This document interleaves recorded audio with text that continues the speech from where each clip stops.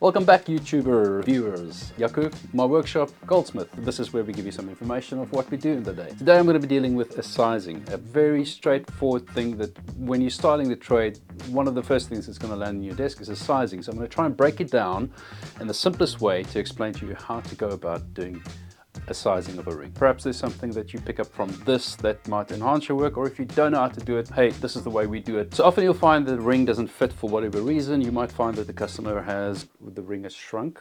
Customers don't pick up weight. The original ring that they had shrunk and now it doesn't fit the finger. Or the granny's given the signet ring to grandson and the grandson's finger size is different to what hers is. Whatever the case might be, you will come across ring sizings.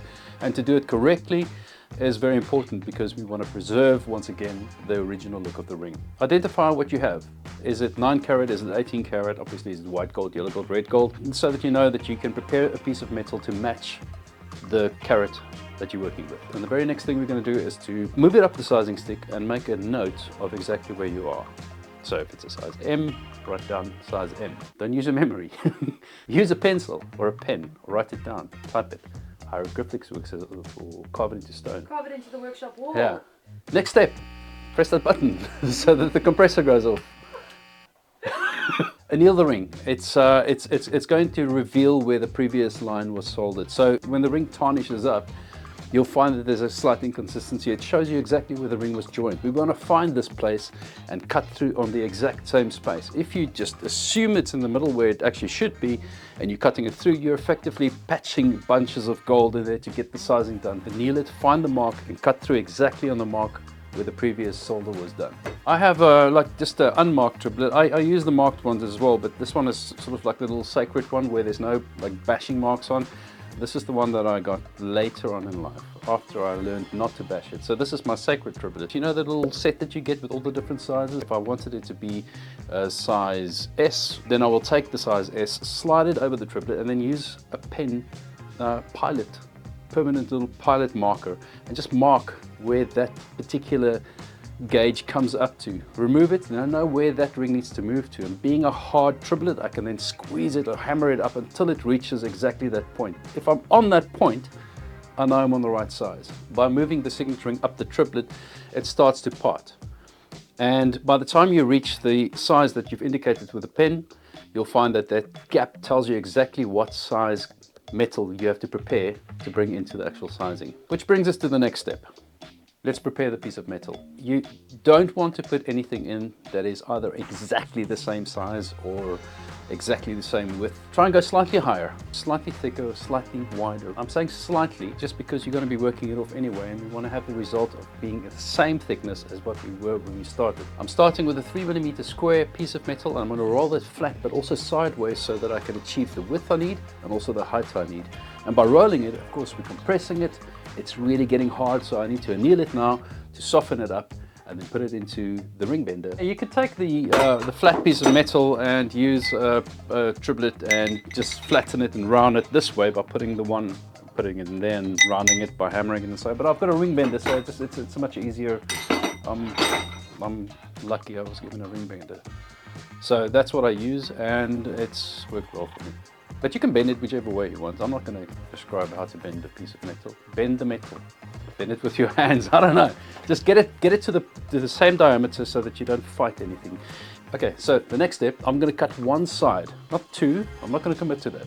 There's no need to jump in and commit because there's room to make mistakes then. Just cut the single side, bring it onto the triplet, slide it up next to where the gap is. And what you do is make a general marking to see how much of the other side you need to cut off. And then my advice is, another Goldsmith workshop secret, another one of those, mark a little further, cut it off a little further. If something happens with the cutting, if your angle's incorrect, you can always correct it by filing it correct.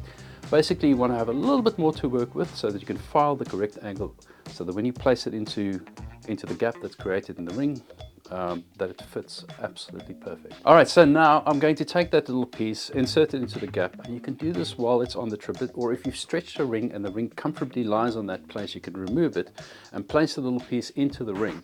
The best way to check if you've got the right angles, because remember our angles are facing towards the center of the ring, the way we've cut it. We're working towards a center line. We're not working like this, we're working like that. So to check those angles and to make sure that the corresponding angles on the ring itself is just hold it up to the light, and while looking through, like behind the light, you can actually see if there's any air gaps coming through.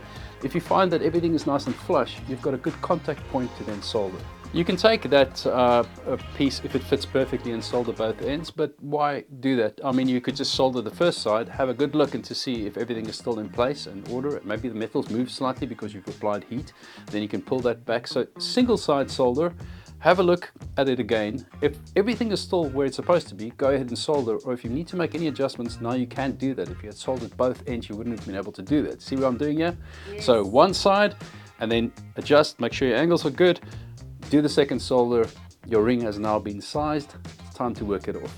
Because it's a part that you've added in, just clean up the inside where you might have some solder lines, and pop it back into the triplet.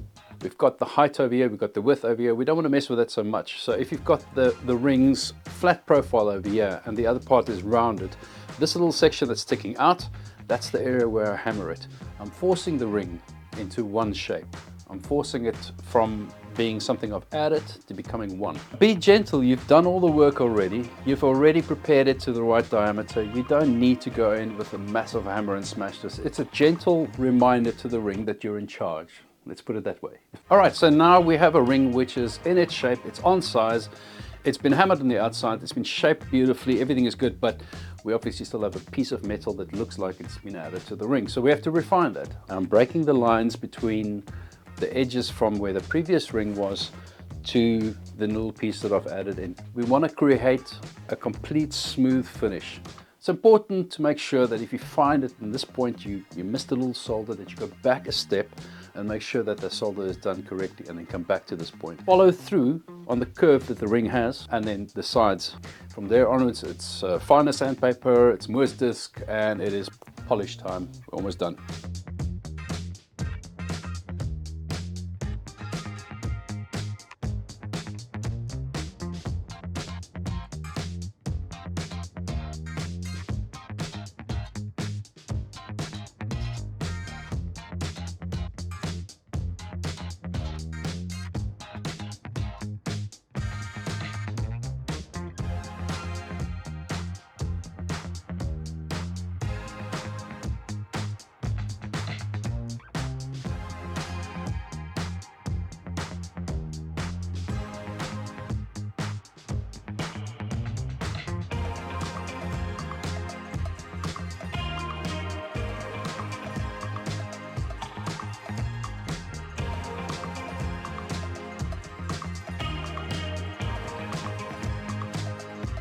In our experience, in our world, when we've done a sizing the way that I've just shown you how to do the sizing, we have no problems. If the size is correct, you've done your job correct. If you can't see it's been sized, good on you. That's what we're going for. If you have a different way, you're welcome to add it in the comments. It's always nice to hear from you guys. Please don't forget to, and we will see you next week. Now I'm working at the bench.